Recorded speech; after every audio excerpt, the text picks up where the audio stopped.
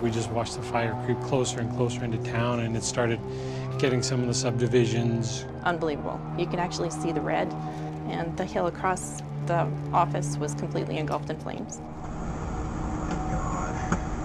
It was as if we were in a movie. The flames were visible in my rearview mirror, but we were trying, of course, to stay as calm as possible because we have a 4-year-old who's sitting in the back seat. As we were packing, some of the homes started engulfing flames close by us. We only had about 15 minutes to get out. I didn't think we were going to have much of a city to come back to.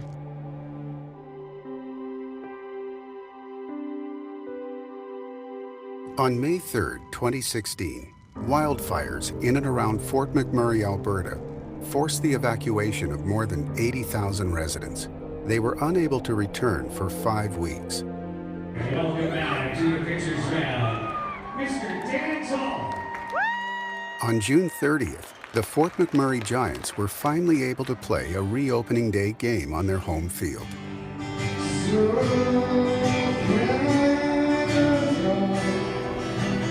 Well, Fort McMurray sometimes gets a bad rap because it is a very working class town. Everybody comes here, people aren't from here. And for such a small city that's so isolated, we have such a diverse culture, diverse population. Fort McMurray represents the energy of Canada. The fact that our resources are utilized throughout Canada, North America. There's a heavy reliance on the oil and sand products that originate from Fort McMurray. It is a land of opportunity. It's hard opportunity. You have to work for your success here. But what that gives us is this strong sense of community. The community here is small town atmosphere still. You can walk anywhere and people are saying hello, and it's just a nice community to live in. You think about how you evacuate a city, but you never see how it actually unfolds. We actually have to evacuate a city. But it was pretty hectic and pretty scary at that point. We were able to finally take a flight to Edmonton. That month or 5 weeks was odd. So every day was just trying to find things to keep my daughter occupied, to create some normality for her, and also to keep my wife and I from kind of letting it set in and letting kind of the stress kind of take over. Within a few days, without me approaching anybody, travelers called me.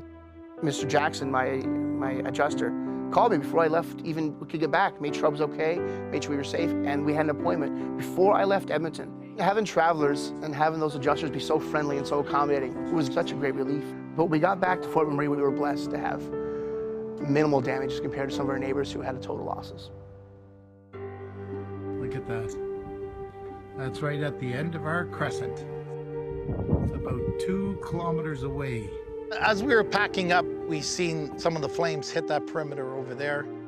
And then one house down here in this corner was engulfed. And then as we were driving away, we could see the flames quite clearly behind us.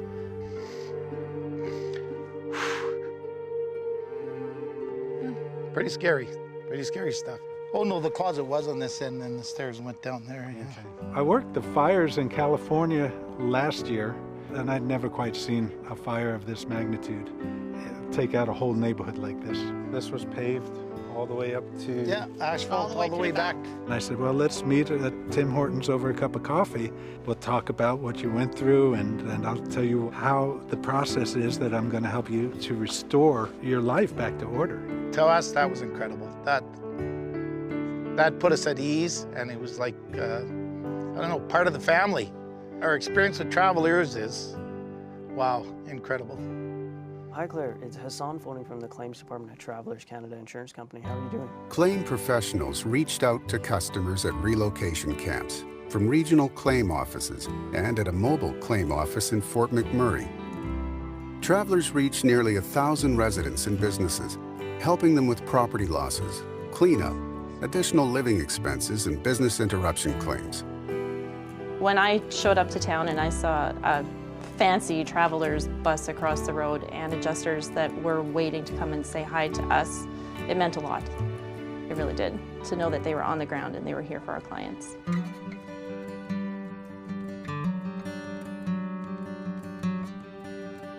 We almost felt like we had a duty to get our doors open as quick as we could to help people in town start to feel a little bit more normal.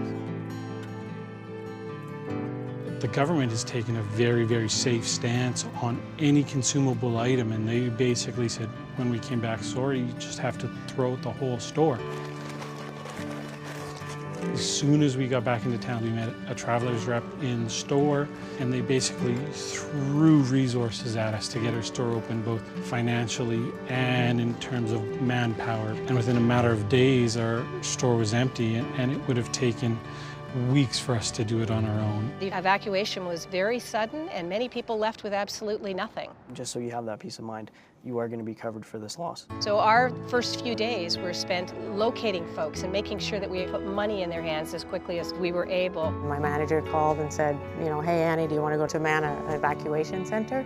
I got the motor home and then drove it to Lac La Biche the next day. I mean, every single person had a horrible tale to tell, and we were there to issue checks to help out for their additional living expenses. We have stories of checks being hand-delivered to people in Eastern Canada, in places in Alberta, in places in Ontario, once we had realized where our customers had relocated to.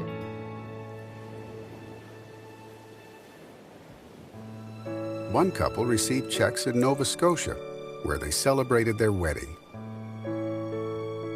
The wedding day was probably the only day that we didn't feel like we were evacuees. 196 structures burnt in wood buffalo thickwood. The look off my deck has drastically changed. What used to be townhouses directly behind me it's concrete and ash. The damage on my house is the siding's melted, the shingles, the roof. There's 4 windows that are damaged. There was no questions on whether we'd be looked after or not. We had enough money to get us through from Travelers. When you're out here, you're dealing with people face to face, and you're seeing and feeling their emotion.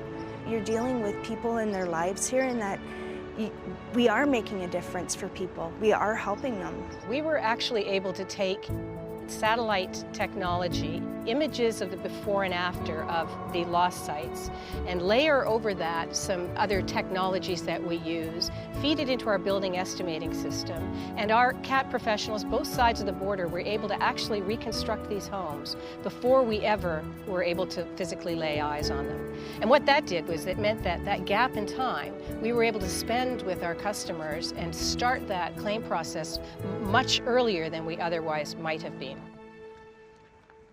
Business continuity planning was also a critical part of helping businesses make the right decisions during the fire. We do transit buses, school buses, motor coach, and also an oil sands division up in Fort McMurray. We literally have thousands of people that we take every morning from the Fort McMurray area to the work site and then bring them back in the afternoon. It really allows people that live in Fort Mac to be able to go back and forth to work like as a community. In one of our annual renewal meetings with Travelers, Gary Walsh, our risk control manager, conducted a workshop on business continuity, and from there we went back and began to work on some of our plans, particularly in our Fort McMurray area. The plan included a strategy of moving buses away from danger during an emergency. Hour by hour, our operational folks up there were keeping track of where the fire was going. We were able to respond correctly and quickly and make good choices and good decisions. We actually did not lose a single bus. We are here, we are strong, we are the Mac. It won't take long till we get home.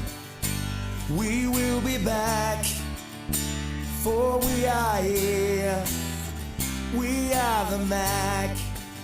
To be a part of the kind of response that we've been able to pull together, as Travelers, makes me very proud, both as a Canadian and as being part of Travelers. When we get home and build it back. Those were people's homes. And Fort McMurray is their home. And they couldn't wait to be back here. Fort McMurray will become stronger, and the people that are here now say, well, this is my home. I survived this, and I will come back. We will make sure it's better than before. We will be back. We'll rebuild. We'll be strong, like it says on that sign right there. Fort Mac strong. sing it strong. We are the Mac. This is our song.